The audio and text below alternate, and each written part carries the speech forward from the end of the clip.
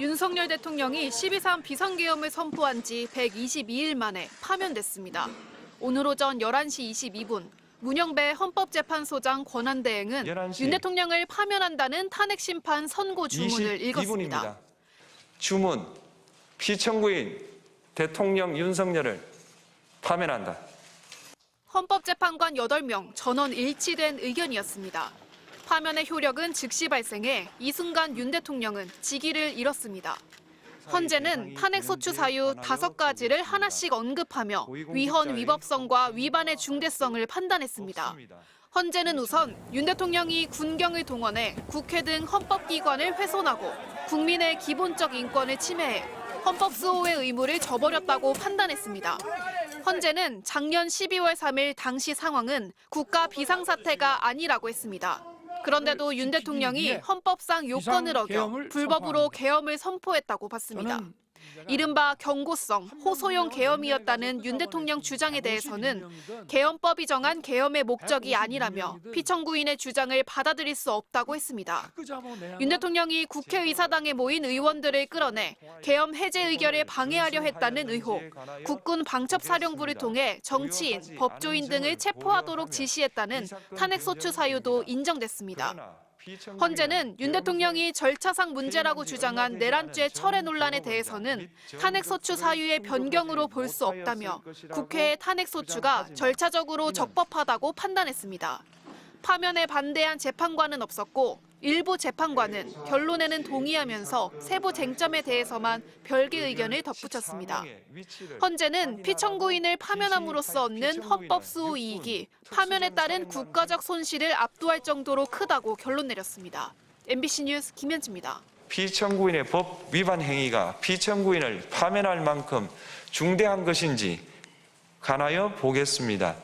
피청구인은 국회와의 대립사항을 타개할 목적으로 이 사건 계엄을 선포한 후 군경을 투입시켜 국회의 헌법상 권한 행사를 방해함으로써 국민 주권주의 및 민주주의를 부정하고 병력을 투입시켜 중앙선관위를 압수수색하도록 하는 등 헌법이 정한 통치구조를 무시하였으며 이 사건 포고령을 발령함으로써 국민의 기본권을 광범위하게 침해하였습니다. 이러한 행위는 법치국가 원리와 민주국가 원리의 기본 원칙들을 위반한 것으로 그 자체로 헌법 질서를 침해하고 민주공화정의 안정성에 심각한 위해를 끼쳤습니다. 한편 국회가 신속하게 비상계엄 해제 요구를 결의할 수 있었던 것은 시민들의 저항과 군경의 소극적인 임무 수행 덕분이었으므로 이는 피청구인의 법 위반에 대한 중대성 판단에 영향을 미치지 않습니다. 대통령의 권한은 어디까지나 헌법에 의하여 부여받은 것입니다. 피청구인은 가장 신중히 행사되어야 할 권한인 국가긴급권을 헌법에서 정한 한계를 벗어나 행사하여 대통령으로서의 권한 행사에 대한 불신을 초래하였습니다.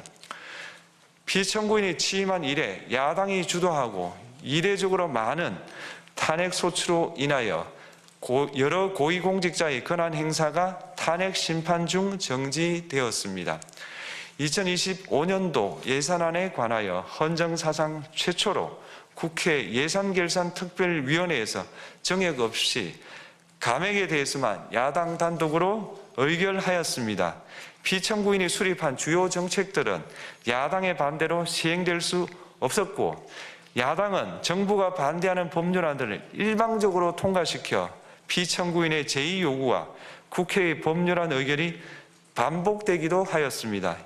그 과정에서 피청구인은 야당의 전횡으로 국정이 마비되고 국익이 현저히 저해되어 가고 있다고 인식하여 이를 어떻게든 타개하여야만 한다는 막중한 책임감을 느끼게 되었을 것으로 보입니다. 피청구인이 국회의 권한 행사가 권력 남용이라거나 국정 마비를 초래하는 행위라고 판단한 것은 정치적으로 존중되어야 합니다. 그러나 피청구인과 국회 사이에 발생한 대립은 일방의 책임에 속한다고 보기 어렵고 이는 민주주의 원리에 따라 해소되어야 할 정치의 문제입니다. 이에 관한 정치적 견해의 표명이나 공적 의사결정은 헌법상 보장되는 민주주의와 조화될 수 있는 범위에서 이루어져야 합니다. 국회는 소수 의견을 존중하고 정부와의 관계에서 관용 그리고 자제를 전제로 대화와 타협을 통하여 결론을 도출하도록 노력하였어야 합니다. 피청구인 역시 국회의 대표인 국회를 협치의 대상으로 존중하였어야 합니다. 그럼에도 불구하고 피청구인은 국회를 배제의 대상으로 삼았는데 이는 민주정치의 전제를 허무는 것으로 민주주의와 조화된다고 보기 어렵습니다.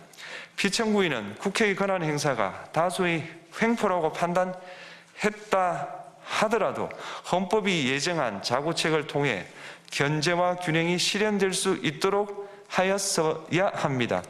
피청구인은 취임한 때로부터 약 2년 후에 치러진 국회의원 선거에서 피청구인이 국정을 주도하도록 국민을 설득할 기회가 있었습니다. 그 결과가 피청구인의 의도에 부합하지 않더라도 야당을 지지한 국민의 의사를 배제하려는 시도를 하여서는 안 되었습니다. 그럼에도 불구하고 피청구인은 헌법과 법률을 위반하여 이 사건 계엄을 선포함으로써 국가 긴급권 남용의 역사를 재현하여 국민을 충격에 빠뜨리고 사회, 경제, 정치, 외교 전 분야의 혼란을 야기하였습니다. 국민 모두의 대통령으로서 자신을 지지하는 국민을 초월하여 사회 공동체를 통합시켜야 할 책무를 위반하였습니다. 군경을 동원하여 국회 등 헌법기관의 권한을 훼손하고 국민의 기본적 인권을 침해함으로써 헌법소의 책무를 저버리고 민주공화국의 주권자인 대한국민의 신임을 중대하게 배반하였습니다. 결국 피청구인의 위법 행위는 국민의 신임을 배반한 것으로 헌법 소호의 관점에서 용납될 수 없는 중대한 법 위반 행위에 해당합니다. 피청구인의 법 위반 행위가 헌법 질서에 미친 부정적 영향과 파급 효과가 중대하므로 피청구인을 파면함으로써 얻는 헌법 소호의 이익이 대통령 파면에 따르는 국가적 손실을 압도할 정도로 크다고 인정됩니다. 이에 재판관 전원의 일치된 의견으로 주문을 선고합니다. 탄핵 사건이므로 선고 시각을 확인하겠습니다. 지금 시각은 오전 11시 22분입니다. 주문, 피청구인 대통령 윤석열을 파면한다. 마치겠습니다.